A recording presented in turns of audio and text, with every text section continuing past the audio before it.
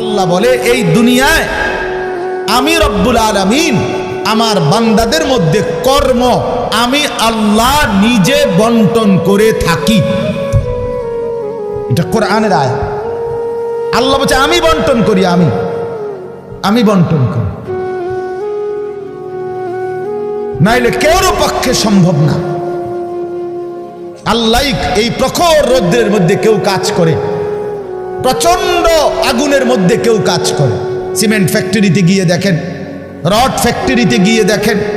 আমি একবার চুন ফ্যাক্টরিতে গেছি, চুন বানায় যে, ওইখানে দেখছি ছাতক সিলেট, এই যে মানুষে পানের লগে চুন খায় যে, এটি আল্লাহু আকবার, আমার কাছে মনে হচ্ছে এটা জাহান্নামের টুকরা। আগুন কাকে বলে? এত তীব্র প্রখর আগুন। ওইখানে মনে করেন ওই বিল্ডিংটা আমার এখান থেকে মানে গরমের হাট লাগতেছে, আমি পারতেছি না আগাইতে, অথচ ওইখানে দাঁড়াইয়া দেখছি কর্মচারীরা বড় বড় লোহার আংটার মতো এগুলো দিয়ে দিয়া পাথর এগুলো লাড়তেছে আরামসে, হেতে কথাও কয়, তিড়েও লাড়ে, মানে অথচ আগুনটা কি আগুন, জাহান্নামের আগুনের মতো। কিন্তু তার ধৈর্য কুলাইলো কেমন? আল্লাহ বলেন এটা আমি বন্টন করি, আমি এই দুনিয়ার কর্ম বন্টন করি, ফলে এই দুনিয়ার এই স্বাভাবিকতা ভারসাম্য টিকে আছে। আমরা আল্লাহর সাথে বেশি তুচ্ছ অবজ্ঞা করছি, আমরা জানি না আমাদের শেষ পরিণতি কি। ওমা কাদারুল্লাহ হাক্কা কদরি, আল্লাহ বলছে বান্দা তোমরা আমাকে যথোপযুক্ত কদর করলা না। আসসামাওয়াতু মাতবিয়াতুম বিয়ামিনি, আল্লাহ বলে জানো বান্দা আমি সেই আল্লাহ যে চাইলে এক সেকেন্ডে এই 7 আসমান একটা পলকের মধ্যে মিনিটের ভিতরে গুটাইয়া আমি আমার কুদরতি হাতে নিয়ে আসতে পারি। তুমি কোন নেতার উপরে ভরসা করে অহংকারী করছো? কিসের? তোমার এই বিল্ডিং না, তোমার এই টাইলস, তোমার এই 5 তারার ফাইলিং, তোমার এই ইঞ্জিনিয়ারের নিশ্চয়তা, আপনার এই সয়েল টেস্ট রিপোর্ট, এটার উপরে ভরসা করে আপনি অহংকার করছেন না? স্বামী বিদেশ, এ কারণে মা বোন বাজারে ঘুরছেন না? বাফতবাদের ছেলেরা, তোমাদের বাবা কিছু টাকা রোজগার করছে, এই কারণে জিন্দেগি এভাবে ফেলে দিলা। এক ওয়াক্ত নামাজ পড়তে মন চায় না, তাহলে আল্লাহ লাগবে না বন্ধু? না মালিক লাগবে না? সোজা কথা, অনুভূতি জাগা দরকার দোস্ত, বিবেক জাগা দরকার। বলেন সারা দিনে মোবাইল টিপে জিন্দেগির কি অর্জন হচ্ছে? জীবনটা আমাদেরকে কি পরিমাণ হায়াতের সময় আমাদের নিচ্ছে। আহা যুবক, যদি বুঝতেই হবে বাপ, অচিরেই বুঝবেন, অচিরেই বুঝবেন। এই প্রযুক্তি আগে ছিল না, আগামী দিনে থাকবে না। ফেসবুক থাকবে না, ইউটিউব থাকবে, যেহেতু আগে ছিল না সামনেও থাকবে না। কত প্রযুক্তি তো নাই। ফিতাওয়ালা সেই ক্যাসেট এখন নাই। তখন কি ফিতাওয়ালা ক্যাসেটওয়ালারা ভবিষ্যৎবাণী করছিল যে এটা আর থাকবে না? পাতলা পাতলা যে সিডি, এগুলো তো এখন নাই। তখন কি ওই সিডিওয়ালারা ভবিষ্যৎবাণী করছিল যে এগুলো থাকবে না? এটাও থাকবে। ওয়াখলুকুকুম মা লা তা'লামুন, কুরআনুল কারীমে আছে আল্লাহ তাআলা বলেন ওয়াল খাইলা ওয়াল বিগালা ওয়াল হামিরা লিতারকাবুহা ওয়া জিনা, আমি আল্লাহ তাআলা গাধা, ঘোড়া, খচ্চর তোমাদের যানবাহনের জন্য দিয়েছি। মজার কথা হলো এরপরে আল্লাহ বলছে এরপরে আমি অচিরেই সামনে আরো অনেক কিছু বানাবো, সৃষ্টি করতে থাকবো যা তোমরা জানো না। মুফাসসিরিনে কেরাম বলে এই কথাটাই প্রমাণ করে কোরআনের যে পৃথিবীর কোনো আধুনিকতাই এখানে শেষ হবে না, এর চাইতে আবার আগে বাড়বে, আরো সামনে হবে। বুঝেন নাই কথাটা? আধুনিকতা এখানে শেষ, এখানে শেষ, বরঞ্চ ইসরাফিলের ফু পর্যন্ত উৎকর্ষ আধুনিকতা বাড়বে, আরো আসবে, আরো আসবে, আরো আসবে। আর কি হইতে পারে আপনি দেখবেন। আমার তো মনে আছে প্রথম যেদিন আমারে প্রথম 2-4 বার শুনাইছিল যে মোবাইলের মধ্যে ছবি দেখা যায় বিদেশ থেকে কথা কইলে, যিনি কথা কইতেছে, আমি হাসি দিয়ে উড়ে দূর বেটা বেউকুফ বেটা, কি কস না কস। কিন্তু পরে দেখলাম এটা একটা ডায়ালবার। এখন তো এটা কোলের বাচ্চাও বোঝে তার আব্বুর ছবি দেখা যাইতেছে বিদেশ থেকে, ঠিক কি না বলে? এটা কি কেউ ভাবছিল তখন? আল্লাহ তাআলা বলেন আমাদের জন্য সৃষ্টি করব, ও চিরেই করতে থাকবো। মোজারের সিগা, যেটা ইস্তেমরার বুঝায়, ধারাবাহিকতা বুঝায়। মা লা তা'লামুন, যা তোমরা জানো না আমি তৈরি করব। ওয়াল্লাহু ইয়ালামু ওয়া আনতুম লা তা'লামুন, আল্লাহ বলে আমি জানি তোমরা জানো না। তোমরা জানো মানুষের কোনো আবিষ্কার, এটা মানুষের সত্তাগত আবিষ্কার নয়, বরং আল্লাহর ফয়সালা। এই জন্য আল্লাহ তাআলা যাকে দিয়ে যা করাবেন দুনিয়ায় তা আল্লাহই করাচ্ছেন। কসম খোদার, এটাই সত্য। এই বন্ধু বিশ্বাস করো, এটাই সত্য। এজন্য যে ট্রাক বানাইতে পারছে সে মোবাইল বানাইতে পারবে না। বলে তুমি এত বড় ট্রাকের মতো একটা এত বড় যন্ত্র মেশিন বানাইছো, একটা গাড়ি বানাইতে পারলে তো এই ছোট্ট মোবাইলটা তুমি বানাইতে পারতা না? সে পারবে না। আল্লাহ তাআলার কুদরত এটা। কোরআনে আল্লাহ বলছেন নাহনু কাসামনা বাইনাহুম মাঈশাতাহুম ফিল হায়াতিদ দুনিয়া। আল্লাহ বলে এই দুনিয়ায় আমি রব্বুল আলামিন আমার বান্দাদের মধ্যে কর্ম আমি আল্লাহ নিজে বন্টন করে থাকি। এটা কোরআনের আয়াত। আল্লাহ বলছে আমি বন্টন করি, আমি বন্টন করি, নাইলে কেউর পক্ষে সম্ভব না। আল্লাহ এই প্রখর রৌদ্রের মধ্যে কেউ কাজ করে, প্রচন্ড আগুনের মধ্যে কেউ কাজ করে। সিমেন্ট ফ্যাক্টরিতে গিয়ে দেখেন, রড ফ্যাক্টরিতে গিয়ে দেখেন। আমি একবার চুন ফ্যাক্টরিতে গেছি, চুন বানায় যে, ওইখানে দেখছি ছাতক সিলেট, এই যে মানুষে পানের লগে চুন খায় যে, এটি আল্লাহু আকবার, আমার কাছে মনে হচ্ছে এটা জাহান্নামের টুকরা। আগুন কাকে বলে? এত তীব্র প্রখর আগুন। ওইখানে মনে করেন ওই বিল্ডিংটা আমার এখান থেকে মানে গরমের হাট লাগতেছে, আমি পারতেছি না আগাইতে, অথচ ওইখানে দাঁড়াইয়া দেখছি কর্মচারীরা বড় বড় লোহার আংটার মতো এগুলো দিয়ে দিয়া পাথর এগুলো লাড়তেছে, আরামসে হেতে কথাও কয়, তিড়েও লাড়ে, মানে অথচ আগুনটা কি আগুন, জাহান্নামের আগুনের মতো। কিন্তু তার ধৈর্য কুলাইলো কেমন? আল্লাহ বলেন এটা আমি বন্টন করি, আমি এই দুনিয়ার কর্ম বন্টন করি। ফলে এই দুনিয়ার এই স্বাভাবিকতা ভারসাম্য টিকে আছে। ওয়াজআলুকুম খুলাফা আল আরদ। বন্ধু আল্লাহ বলছেন আমি আল্লাহ আমার জমিনের মধ্যে তোমাদেরকে আমার প্রতিনিধি হিসাবে বসবাসের ব্যবস্থা করছি, এটা আমি করছি। আপনি শুধু একটা বার বলেন, একটা লোক এখানে এই যারা মনোযোগ দিয়ে শুনতেছেন, আপনি বলেন একজন চেয়ারম্যানকে বলুক, এই চেয়ারম্যান সাহেবরা এনে বসাইয়া, মনে করেন একটা ইউনিয়ন যে আপনার এখানে মোট 4000 ভোটারের ভোটে আপনি নির্বাচিত হয়েছেন, ধরে নিলাম এই 4000 ভোটারের মধ্যে এই ইউনিয়নে মানুষের প্রয়োজনীয় যে কাজগুলো এগুলো আপনি বন্টন করে দিবেন। আপনি যেহেতু জনপ্রতিনিধি, আপনি ভাগ করে দিবেন। রিক্সা চালাইব কয়জন, অটো চালাবে কয়জন, জুতা সেলাই করব কয়জন, চুল কাটবে কয়জন, তরি তরকারি করবে কয়জন, টয়লেট বাথরুম সাফ করবে কেডা কেডা, এটি আপনি লিখে দিবেন। চেয়ারম্যানের বাপ না, চেয়ারম্যানের 14 গোষ্ঠী পারবে এটা মিলাইতে? কথা বলেন না, পারবে এগুলো বন্টন করে দিতে?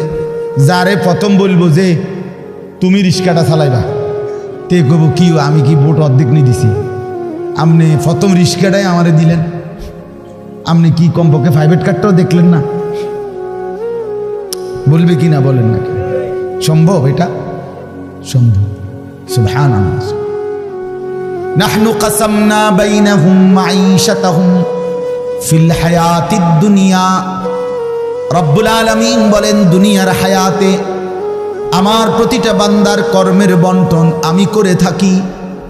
ওয়ারাফা'না বা'দাহুম ফাওকা বা'দিন, এরপরে আজীব কথা আল্লাহ বলেন, আমি রব্বুল আলামিন আমার বান্দাদের মধ্যে এই দুনিয়ায় একদল আরেক দল, একজন আরেকজনের উপরে মর্যাদাবান করে থাকি। ফলে লিয়াত্তাখিযা বা'দুহুম বা'দান সুখরিয়া, ফলে আমার বান্দারা একে অপর থেকে নিজেদের প্রয়োজনীয় কাজগুলো আদায় করতে পারে। সুবহানাল্লাহ। আল্লাহ বলেন, আমি মাথায় ঢুকাইছি, তুই রিক্সা চালা, এই প্যাসেঞ্জার তোর সিটের উপরে বসে, সে বসে থাকবে, তুই চালাবি। আল্লাহ বলেন, এটা এই যে একজন দুইজনই মানুষ, এটাও মানুষ ওইটাও মানুষ। এই লোকটা প্রতিটা প্যাডেল মানে রিক্সা ঘুরাচ্ছে, তার ঘাম বাইয়া পড়তেছে, আত্মে বেটা জমিদারের মতো। সে এটার মধ্যে ফোমের এটার মধ্যে সিটটার মধ্যে বইয়া মোবাইলে কথা কয়, ঠ্যাং দুটা আলগি দিয়া, কিরে বেটা কি তারে। তা সে যদি বলতো, বেটা প্রয়োজনে ভিক্ষা করে খামু বেটা, তো তোরে এভাবে টাইনতে হবে, নাম বেটা দুজন একটা যাবো বেটা। কথার কথা, কে তারে বুঝাবে? কিন্তু আল্লাহ তাআলা বলেন, আমি আমার এই বান্দাদের মধ্যে বুঝাইছি, একজন ড্রাইভার, একজন প্যাসেঞ্জার, একজন বিক্রেতা, একজন ক্রেতা, একজন সারাটা দিন মেহনত। আহা বন্ধু, আমি তো অনেকবার, আমি ঢাকা যখন পড়ালেখা করছি, কত সময় তাকায় দেখছি এই যে গার্মেন্টস মিল ফ্যাক্টরির শ্রমিকরা, ছেলে মেয়েগুলো, কি পরিমাণ মানবেতর জিন্দেগি। তারা এই 8 ঘন্টা 10 ঘন্টা ওভার টাইম করে ডিউটি শেষ করে ছোট্ট ছোট্ট খুপরির মতো কোন রকম জিন্দেগির জীবনটা তারা কষ্ট করে চালায়। অল্প কয়টা টাকা বেতন পায়, বেতনটার জন্য কত সময় কত আন্দোলন করতে হয় তাদেরকে। এই সামান্য কয়টা টাকা দিয়ে তারা জীবনটা নির্বাহ করে বছরের পর বছর, অথচ তাদের সেই কষ্টের মেহনতের পরিশ্রমের পণ্যটা বিক্রি করে মালিক ও পক্ষ কোটি কোটি টাকার রাজপ্রাসাদে আলিশান বিত্ত বৈভবের মধ্যে উল্লাস করছে। আল্লাহ বলেন, বান্দা এই যে ব্যবধান, এটা আমি করছি, এটা আমার ফয়সালা, আমার ইচ্ছা। আমি যাকে মন চাই ধনী বানাই, আমি যাকে মন চাই গরিব বানাই, আমি যাকে মন চাই সম্পদের প্রাচুর্য বাড়িয়ে দেই, আমি যাকে মন চাই সম্পদ কমিয়ে দেই। আমার বান্দা, এটা তোমার দুনিয়াবি কোনো শিক্ষা, দুনিয়াবি কোনো যোগ্যতা, শারীরিক কোনো দক্ষতা, তোমার মেধার কোনো বিচক্ষণতা নয়, কসম আল্লাহর নয়। যুবক, প্রতারিত হইও না বন্ধু, প্রতারিত হইও না।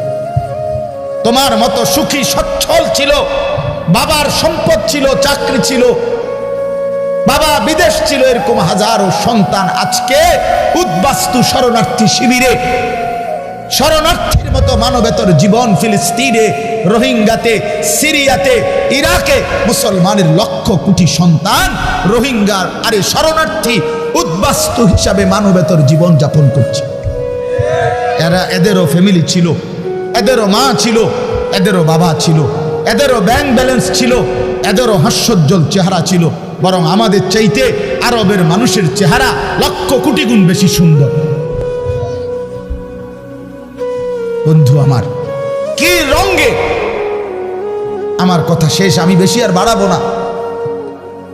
কি পাইয়া আজকে আমাদের সন্তানদের হালাত আমি বুঝি না। আরে বন্ধু, কি গুপ্তধন পাইয়া গেলা, কোন জমিদারি পাইয়া গেলা, যে জমিদারির কারণে আল্লাহকে এভাবে ভুলে গেলা? কারণটা কি? মুসলমানের বাবারা এভাবে ভুলে গেলেন কেন?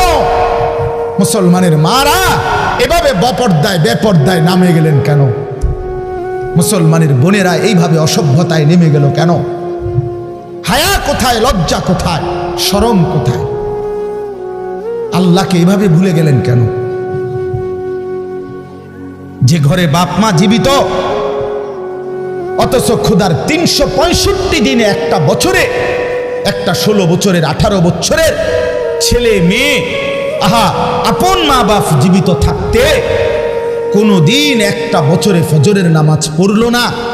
এত বড় জানোয়ার মুসলমানের ঘরে ঘুমায় কেন বলে?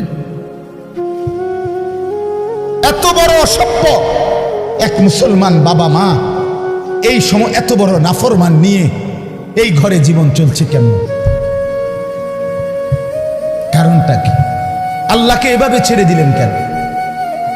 আখেরাত এভাবে ভুলে গেলেন কেন? কি ব্যাপারটা কি?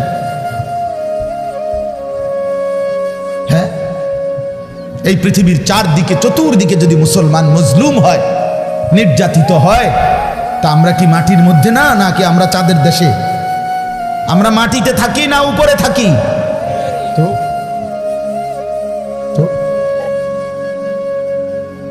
এই জন্য যুবক ভাই, নষ্ট হইও না বাপ, নষ্ট হইও না। এই বন্ধুর কথা মনে রাখো, আমরা মূর্খ না। আলহামদুলিল্লাহ, পড়ালেখা আমরাও করছি, জেনারেল লাইনেও পড়ালেখা করছি, মাদ্রাসার লাইনেও পড়ালেখা করছি। শতভাগ আস্থা নিয়েই বলতেছি, বুঝ নিয়েই বলতেছি। আমি কুমিল্লা ভিক্টোরিয়া কলেজ থেকে মাস্টার্স পাস করছি, আলহামদুলিল্লাহ। সরকারি আলিয়া মাদ্রাসা থেকে টাইটেল কামিল পাস করছি, কওমি মাদ্রাসা থেকে দাওরায়ে হাদিস পাস করছি। আজ বুঝেই কইতেছি, বুঝেই বলতেছি। ইংরেজিও পুরা পড়ছি, আরবিও পুরা পড়ছি। এই জন্য বিজ্ঞান সায়েন্স বিভাগ থেকে দাখিল পাস করছি, এসএসসি। আমি বন্ধু বুঝাইতে চাচ্ছি এই কথাটা অহংকারের জন্য বা ফুটাঙ্গিরির জন্য না, এই বাস্তবতাটা বুঝানো। এই দুনিয়ার এই সবটা মিলাইয়া আজকে যে কয়জন অভিভাবক আছেন অথবা যে কয়জন যুবক ভাই আছেন, দোস্ত, আমরা আল্লাহর সাথে বেশি বাড়াবাড়ি করছি। আমরা আল্লাহর সাথে বেশি তুচ্ছ অবজ্ঞা করছি। আমরা জানি না আমাদের শেষ পরিণতি কি। ওমা কাদারুল্লাহ হাক্কা কদরি, আল্লাহ বলছে, বান্দা তোমরা আমাকে যথোপযুক্ত কদর করলা না।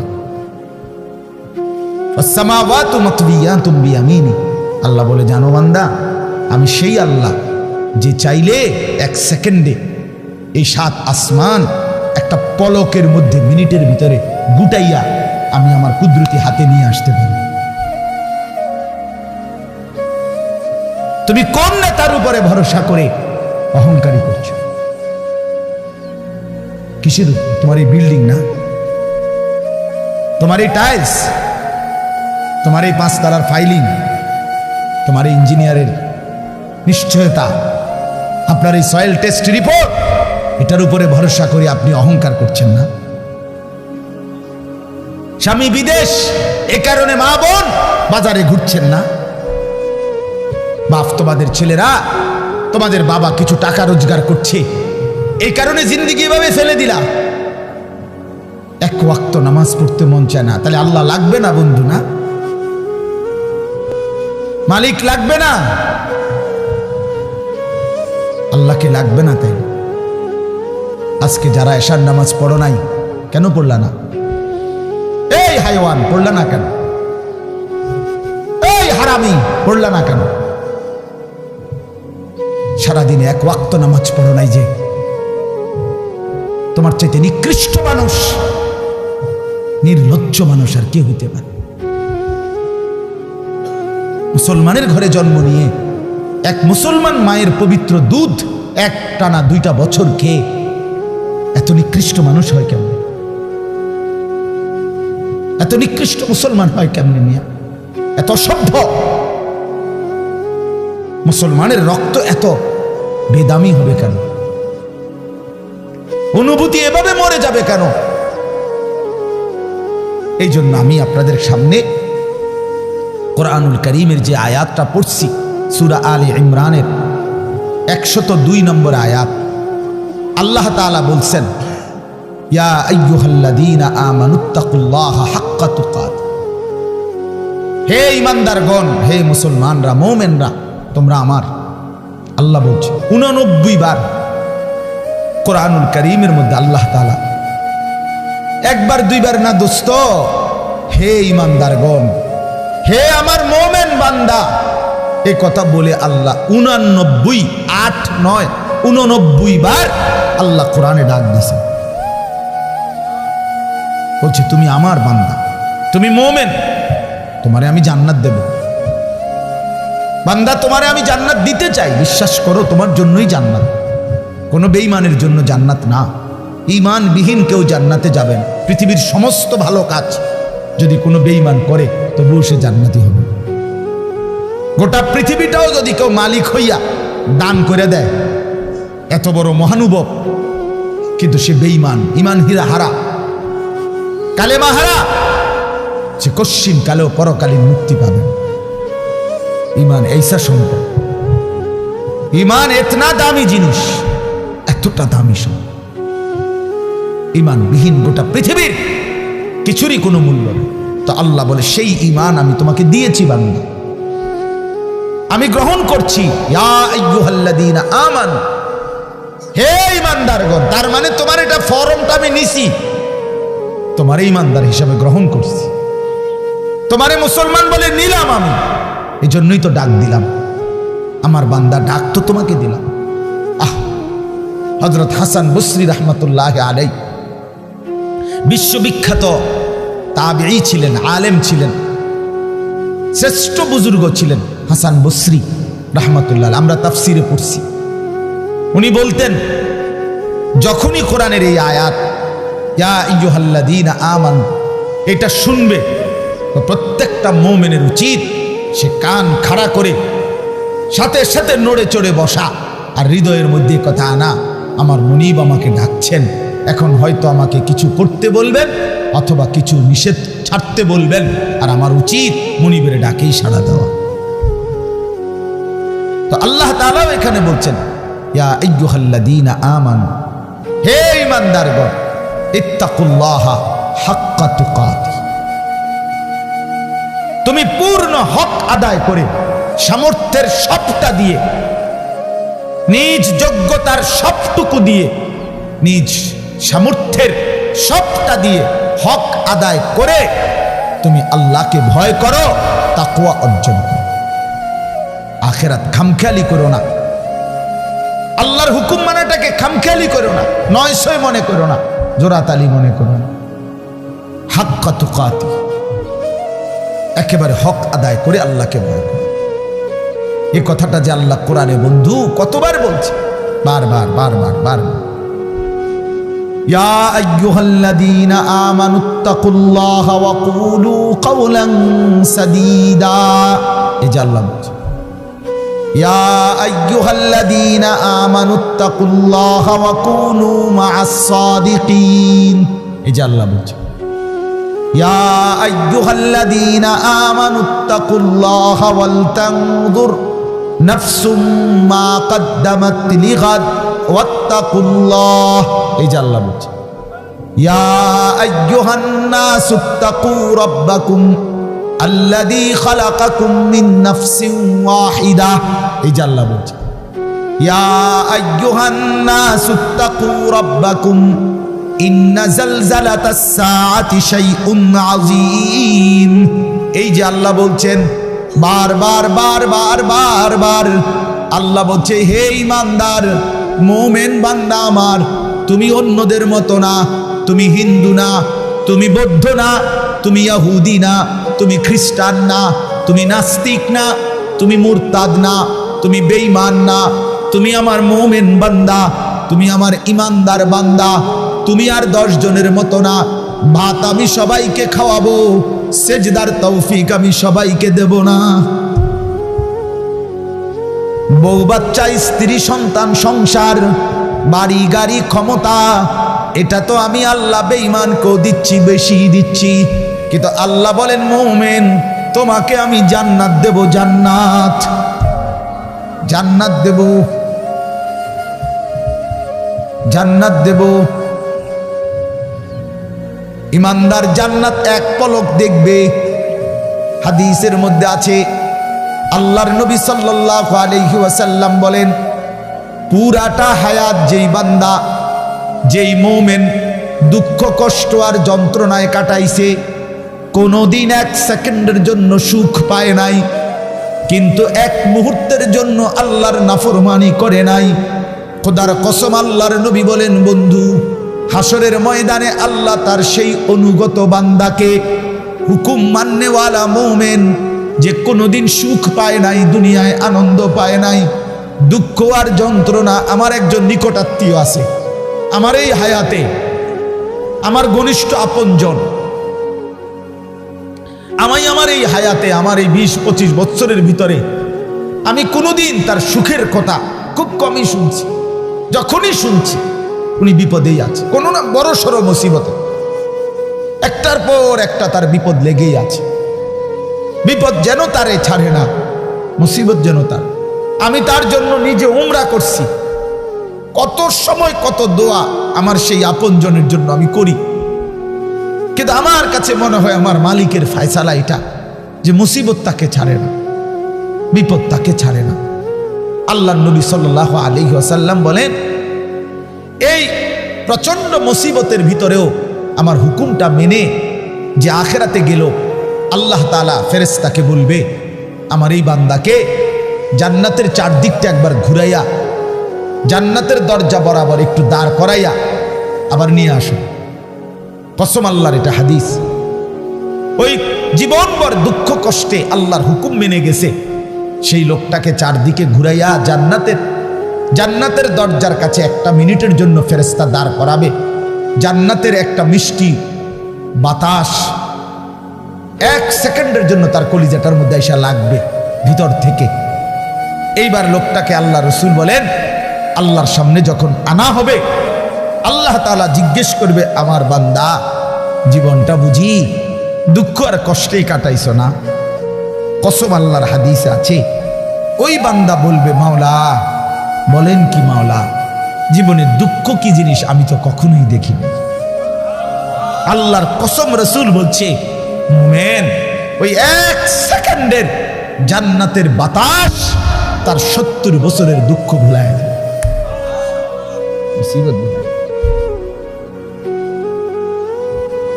এজন্য বন্ধু চালাক মনে করেন না, সিটার বাটপার যারা, হ্যাঁ আমনে চালাক, আমরা বেকুব, জি না, আমরা ভাত খাইয়া বড় হয়েছি। আমি বন ফানি চা দিয়া ভিজাইয়া খাইয়া বড় হয়েছি না। যুবক, তোমরা যারা নামাজ পড়ো না আর সারাদিন নারীর ছবি আর নর্তকীর নাচ গান আর এই ফালতু জিন্দিগি, সমবয়সীদের সাথে আড্ডার মাস্তানি আর এই সদর বদর, তুমি চালাক বেটা। হ্যাঁ, আমি বেওকুফ। কেন বেওকুফ হবো আমি? তুমি যা খাইয়া বড় হইছ, আমি তো তা খাইয়াই বড় হইছি। এই মাটি আলো বাতাসে যদি তুমি বড় হও, তো আমি কি মাটির তলে বড় হইছি? বুঝবো না কেন? বুঝি না কেন? কি বেশি বুঝ জ্বালাইছো তুমি? আপনারা যারা সুদ খান, ঘুষ খান, হারাম খান, আপনাদের যাদের অবৈধ উপার্জন, আপনাদের যাদের স্ত্রী বেপর্দা, আপনাদের যাদের মেয়ে বেপর্দা, আপনাদের যাদের ঘরে রঙিন টেলিভিশনে নাচ গান নর্তকীর ছবি সারা বছরের পর বছর চলে, আপনারা মোটেই চালাক না, আপনারা বেওকুফ, আপনাদের ফ্যামিলিও বেওকুফ। মিয়া আহাম্মক, মিয়া আপনি ধরা খাইছেন, মিয়া আপনি হেরে গেছেন, মিয়া হেরে গেছেন, জীবনের কাছে হেরে গেছেন, আখিরাতের সামনে হেরে গেছেন, কবরের সামনে হেরে গেছেন। আপনি সামান্য দুনিয়ার লেগা, অথচ এই দুনিয়া নেককাররাও ভোগ করে কিনা বলেন না কেন? নামাজ পড়লে ফাঙ্গাস মাছের যে স্বাদ, বেনামাজিরও এই স্বাদ। বেনামাজি যেটারে টাইলস কয়, নামাজি এটারে টাইলস কয়, এতে কোনো মাটি কয় না। তাহলে আপনি আহামরি কি দুনিয়া ভোগ করলেন বলেন? কি জন্য আখিরাত ছেড়ে দিলেন? আল্লাহ আমাদেরকে বুঝার তৌফিক দান করেন। অতএব বাপ, আমার কথা একটু শক্ত, পরে মনে মনে কইবেন যে এরকম 2-1 থাকে, হুজুরদের মধ্যে কিছু থাকে, কি করবে? কিছু শক্ত হুজুর থাকতেই পারে না, বেজাল্লা হুজুর ধরেন না। আমি এই কিছু বাকি আমি দিল জাগাইতে চাই, খোদার কসম, দুশ্মনী নিয়ে বলি না। কি ভাই, কারোর সাথে কোনো দুশ্মনী ছিল কি? কোনো ঝগড়ার কারণে বলা হইতেছে? এটা কি মারামারিকে জামা বইটা লাইছিল? আজ যে সুরিয়াল আমি তোরে বেলা ফাইছি, বাতিজার ফুট তোরে আজকে ফাইছি, মাইকেও ফাইছি সুবিধা মতো, আজকে কই না। ব্যাপারটা তো এটা না দোস্ত। আমার বাপ, আমার পর্দার আড়ালের মা বোন, আপনাকে জাগাইতে চাই। মা, কেন বেপর্দার জিন্দিগি? যে নারী তার ইজ্জতের কদর বোঝে না, যে নারী তার পর্দার কদর বোঝে না, যে নারী তার সতীত্বের সম্ভ্রমের কদর বোঝে না, খোদার কসম সে নারী না, সে কোনো মহিলা না, সে ভিন্ন কোনো পদার্থ হইতে পারে। রাসূলুল্লাহ সাল্লাল্লাহু আলাইহি ওয়াসাল্লাম আমরা এটাই পড়ছি। নবী বলছেন নারী বলে তাকে আড়ালে থাকে যে, নিজেকে পর্দায় রাখে যে, নিজেকে আড়ালে রাখে যে, তাকেই বলে নারী। এজন্য যে বেপর্দা, বেহায়া, নির্লজ্জা, বেশরম, এটা কোনো নারী না, অন্য কোনো পদার্থ, অন্য কিছু। বলে তো কিতা এটা হেবুডি ডাক্তার দেয়া, ডাক্তারই তো একটা রিপোর্ট দিব, এটা পরীক্ষা নিরীক্ষা করে চাইব কিতা এটা আমি কিনলে পেতাম। রাসূল বলছে নারী বলে তাকে পর্দায় থাকে যে। আল্লাহ আমাদেরকে বুঝার তৌফিক দান করে। অতএব এটাই কথা আমার, রমজান সামনে, আমাদের জীবনের সুযোগ নিজেকে বদলানো, নিজেকে পরিবর্তন করার, জীবনটা গঠন করার। এজন্য আমি এই আয়াত পড়ছি। আল্লাহ বলছে বান্দা সাধ্যের সবটুকু দিয়ে সর্বোচ্চ হক আদায় করে আমাকেই ভয় করো। আর আল্লাহকে ভয় করার অর্থ দুইটা, সমস্ত গুনাহ ছেড়ে দেওয়া, আল্লাহর সমস্ত হুকুম পালন করা। আল্লাহ আমাদেরকে তৌফিক দান করে। ওয়ালা তামুতুন্না ইল্লা ওয়া আনতুম মুসলিমুন। এবং আল্লাহ তাআলা সাথে সাথে বললেন বান্দা দুনিয়া, কথাটা খেয়াল করেন, এই শেষ কথাটা আল্লাহ বলছে বান্দা, আমি আবারও বলছি বান্দা দেখো দুনিয়া কিন্তু পার হইবা, দুনিয়া অনুগত, অবাধ্য, ইমানদার, নাফরমান, আদেশ পালনকারী, অমান্যকারী, দুনিয়া কিন্তু প্রত্যেককেই আমি ভোগ করতে দেই সুখ, স্বাচ্ছন্দ্য, আনন্দ, ফুর্তি, স্বস্তি, উল্লাস। হ্যাঁ, এই দুনিয়া উপভোগ, এটা কিন্তু আমি নাফরমানকেও দেই বান্দা, এটা আমার নিজাম, আমি দেব। কিন্তু বান্দা ওই কবর থেকে নিয়ে আখেরাত, পরকালে সেখানে যদি সুখ মিলতে হয়, স্বস্তি মিলতে হয়, স্বাচ্ছন্দ্য মিলতে হয়, তৃপ্তি মিলতে হয়, উল্লাস পেতে হয়, আল্লাহ বলছে বান্দা বিশ্বাস করো, আমি তোমার অনুরোধ করছি বান্দা, পূর্ণ মুসলমান না হয়ে, আমার অনুগত না হয়ে, আমার গোলামি না করে কবরে আইসো না, মৃত্যুবরণ কইরো না। এই সুখ ওইখানে মিলবে না, এই সুখ ওইখানে কি হবে না। এখানে আমি অনুগত, অবাধ্য, উভয়কেই দুনিয়া ভোগ করতে দেই, কিন্তু কবরে দেব না, আখিরাতে দেব না, হাসরের মাঠে দেব না। সেখানে শুধুই উইদ্দাত লিল মুত্তাকিন, জান্নাত বানানোই হয়েছে মুত্তাকিদের জন্য, আখিরাতের সুখ বানানোই হয়েছে আদাত্তু লিইবাদিয়াস সালিহিন, আল্লাহ বলছে আমার নেক বান্দাদের জন্য।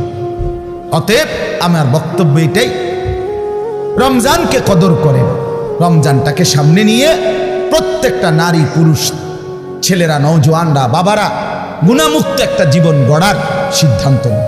চুরি, ডাকাতি, জিনা, বেবিচার, সুদ, ঘুষ, মদ, জুয়া, বেহায়া, বেপর্দার জিন্দিগি থামায় দাও। যুবক থেমে যাও, বাপ থামো, ভাইয়া অনুরোধ করছি, এক ভাই বললাম থেমে যাও, অসভ্যতার এই জিন্দিগি ছাড়ো, বেনামাজির এই জিন্দিগি ছাড়ো, সারাদিন নারী নিয়ে আর মোবাইল নিয়ে পড়ে থাকা এই জিন্দিগি ছাড়ো।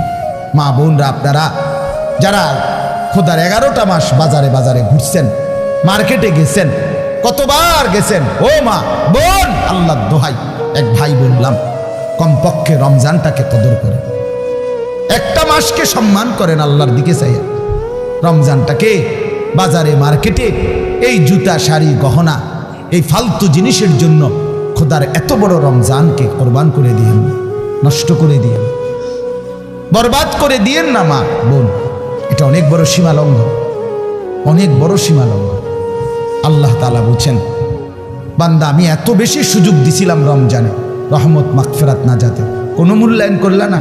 এই জন্য রমজানের লাস্টে জিব্রাইল পাঠাইয়া নবীজিকে আল্লাহ জানায় দিছে, জিব্রাইল গাও বলে আসো আমার বন্ধুকে, যে বন্ধু আপনার যেই উম্মত এত বড় রমজান পেয়েও কদর করে নাই, গুনাহ মাফ করায় নাই, তার উপরে আমি আল্লাহর লানত। জিব্রাইল আয়েশা বলছে নবী আমি জিব্রাইলেরও লানত, নবীজি বলছে আমিন, জিব্রাইল আমি মুহাম্মদেরও লানত। তোর উরফে আল্লাহরও গজব, তোর উরফে ফেরেশতাদেরও লানত, তোর উপরে রাসূলুল্লাহরও লানত, অভিশাপ, অভিশাপ। এজন্য ইয়া বাগিয়াল খাইরে আকবিল, ইয়া বাগিয়াশ শাররে আকসির, এই শেষ কথা।